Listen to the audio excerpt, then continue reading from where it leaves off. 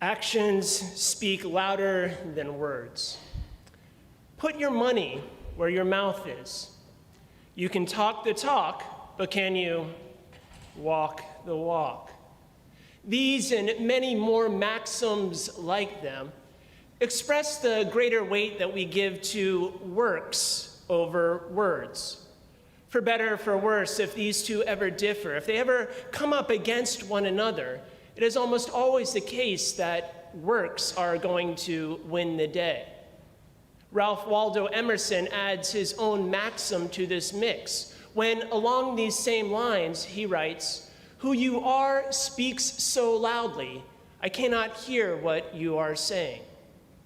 Perhaps you've had the unfortunate experience of looking up to somebody in authority, somebody who was meant to be a leader, politician, priest, parent, someone whose words were sweet and sonorous, but whose works were scandalous. How detrimental, how discouraging that is. And the farther their works, their personal lives, are from their words, what they would outwardly and verbally express, the more discouraging, the more detrimental it is. On the other hand, how an exemplary life speaks volumes. It speaks so loudly. Authenticity, more than articulation, is what we find so attractive. If you haven't had this experience, I hope you do someday, of being close to somebody, of being near to somebody who just has a magnetic and radiant and a captivating beauty, not because of the way they look, but because of the way they live. Somebody who's able to change the very sense in a room by their presence before they even say a word. So which one should be important to us? Words or works? Well, why not both? What if our words and actions spoke equally as loud? What if our mouth and our money were both in the same place? What if we were talking the talk while we were walking the walk? What if there was somebody whose words explained and expressed the hows and the whys of their works, while at the same time their works were lending a kind of credibility or a force to their words? Moses was just such a person. He was just such a prophet whose words and works were in harmony, whose both spoke very loudly, very eloquently to the people. Ironically, it was his words and his works that almost prevented him, that almost excluded him from becoming a prophet in the first place. Being a murderer caused him to flee from fear of the people that he was supposed to lead. And being a stutterer caused him to be leery of leadership. But God was able to overcome these obstacles, the obstacles of both of his history and his humiliations, as well as so many other obstacles, to make of him a great prophet, to make him one whom God could speak face to face, as one friend speaks to another. And then from this intimacy of that friendship, from that intimacy of that relationship, Moses was then able to lead the people with courage through the desert, to lead them both by signs and by speeches into the promised land. And it was there that the people would await a new prophet, a prophet like Moses, one cut from the same cloth. Of course, we know that prophet to be Jesus Christ, one who does not teach like the scribes, simply regurgitating what they had learned, but rather one who teaches with authority. Now, we might understand authority as belonging to one who is older, who is smarter, who is stronger. But teachings or arguments from this kind of authority are not the best, but the worst and the weakest. Do this, believe that, simply because I said so. That's not convincing. Or if it is convincing, it's not going to be convincing for very long.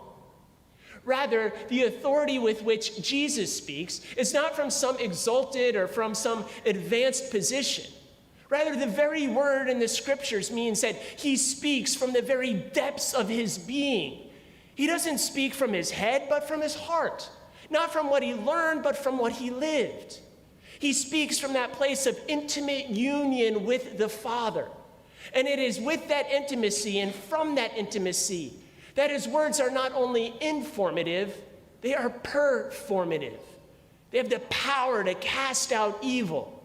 They have the power to change people's lives.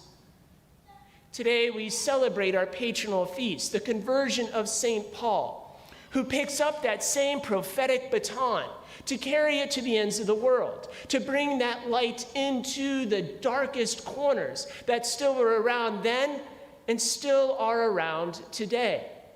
He proclaims the truth that he encountered on that road to Damascus with a kind of power in both word and works to the people. He shares the experience of his conversion, and then from the sharing of that experience, he sets off the conversion of the world. A revolution, the longest revolution in human history. And yet, there is still more work to be done. We could add just one more maxim to that foregoing list, this one coming from Pope St. Paul VI.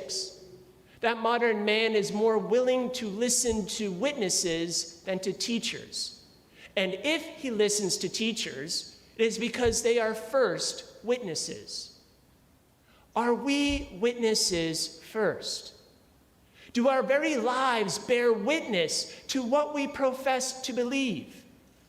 Is the way in which we live our life, does it cause people to take notice by what we do, how we speak, what we watch and what we listen to, what we wear and what we buy, where we go, how we live our lives?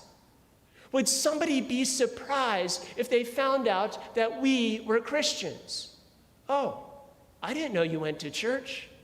Oh, I didn't know you practiced your faith.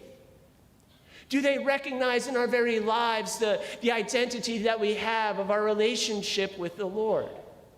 And then do we have the words to follow it? Do we have the words to express and explain what we do? Not just something that we have learned, but something that we have lived. The encounter with someone with whom and for whom we have lived. The world needs the credible witness of people whose hearts and minds have been enlightened and inflamed with the Word of God, and then who are willing and courageous enough to then turn and inflame and enlighten the hearts and the minds of others, so that they desire and search for God, that they long to have a life that is characterized by what is true, what is good, and what is beautiful. The Jews are still waiting for that prophet. I dare say that much of the world is also waiting for a prophet who is meant to lead them out of slavery into freedom. As Christians, we know that he has come, and we know that prophet is Jesus Christ, and we are not waiting for him anymore. But is he waiting on us?